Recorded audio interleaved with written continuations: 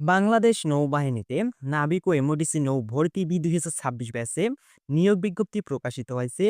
এই নিয়োগে আবেদনের জন্য আপনাদের কিরকম শিক্ষাগত যোগ্যতা লাগবে? এখানে বেশ কয়েকটি শাখা রয়েছে। এই শাখাগুলোতে আবেদনের জন্য কিরকম শিক্ষাগত যোগ্যতা লাগবে এবং জিপিএ কিরকম লাগবে এবং আবেদনের জন্য আপনাদের উচ্চতা কিরকম লাগবে?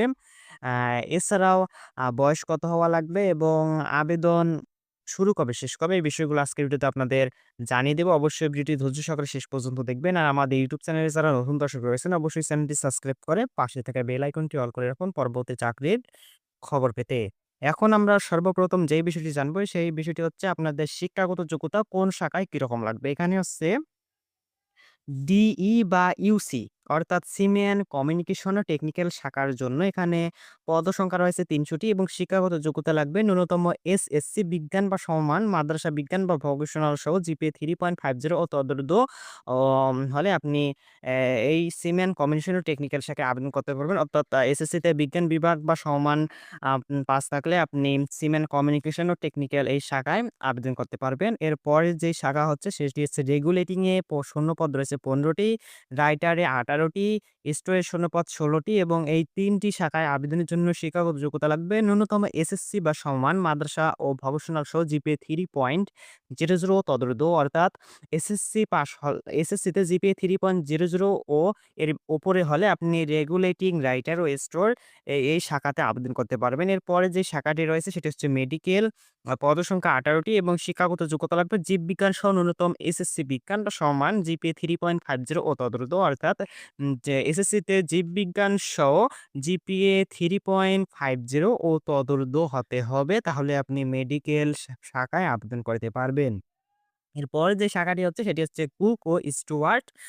কুক পদে শূন্যপদ রয়েছে ৩৫ টি এবং স্টুয়ার্ড শাখায় শূন্যপদ রয়েছে ২০ টি এবং আবেদনের জন্য শিক্ষাগত যোগ্যতা লাগবে ন্যূনতম এসএসসি বা সমান, মাদ্রাসা ও ভোকেশনাল সহ জিপিএ 2.50 ও তদূর্ধ্ব অর্থাৎ এসএসসি এতে জিপিএ 2.50 ও তদূর্ধ্ব হলে আপনি কুক ও স্টুয়ার্ড এই শাখায় আবেদন করতে পারবেন এবং এরপর যেই শাখাটি রয়েছে সেটি হচ্ছে টোপাস।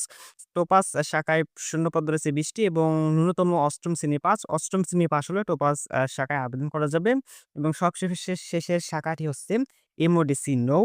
শূন্যপদ ৮ টি, ন্যূনতম এসএসসি বা সমান, মাদ্রাসা ও ভোকেশনাল সহ জিপিএ 3.00 তদূর্ধ্ব হওয়া লাগবে। অর্থাৎ এসএসসিতে জিপিএ 3.00 ও তদূর্ধ্ব হলে এমওডিসি নৌ শাখায় আবেদন করা যাবে। এখন আমরা জানবো যে আ কোন শাখায় কিরকম শারীরিক যোগ্যতা লাগবে। এখানে হচ্ছে সিমান শাখার জন্য উচ্চতা লাগবে ৫ ফিট ৬ ইঞ্চি, রেগুলেটরি শাখার জন্য উচ্চতা লাগবে ৫ ফিট ৮ ইঞ্চি। অন্যান্য শাখা অর্থাৎ communication, technical, medical, writer, cook, store, topaz এই শাখাগুলোর জন্য ৫ ফিট ৪ ইঞ্চি হলেই আবেদন করা যাবে। সবশেষের যেই শাখাটি রয়েছে সেটি হচ্ছে এমওডিসি নৌ শাখার জন্য ৫ ফিট ৬ ইঞ্চি উচ্চতা লাগবে এবং বুকের মাপ লাগবে স্বাভাবিক অবস্থায় ৩০ ইঞ্চি এবং স্ফীত অবস্থায় ৩২ ইঞ্চি হওয়া লাগবে। ওজন, বয়স ও উচ্চতা অনুযায়ী চোখের দৃষ্টি ৬/৬ থাকা লাগবে এবং আ অন্যান্য শর্তাবলী সকল পদবীর জন্য বাংলাদেশী পুরুষ নাগরিক অর্থাৎ এই নিয়োগে শুধুমাত্র বাংলাদেশী পুরুষ নাগরিক রা আবেদন করতে পারবে। সাঁতার জানা আবশ্যক। অবিবাহিত হতে হবে। বয়স ১ জুলাই ২০২৬ তারিখে নাবিক ১৭ থেকে ২০ বছরের মধ্যে হতে হবে। এমডিসিনেও ১৭ থেকে ২২ বছরের মধ্যে হতে হবে।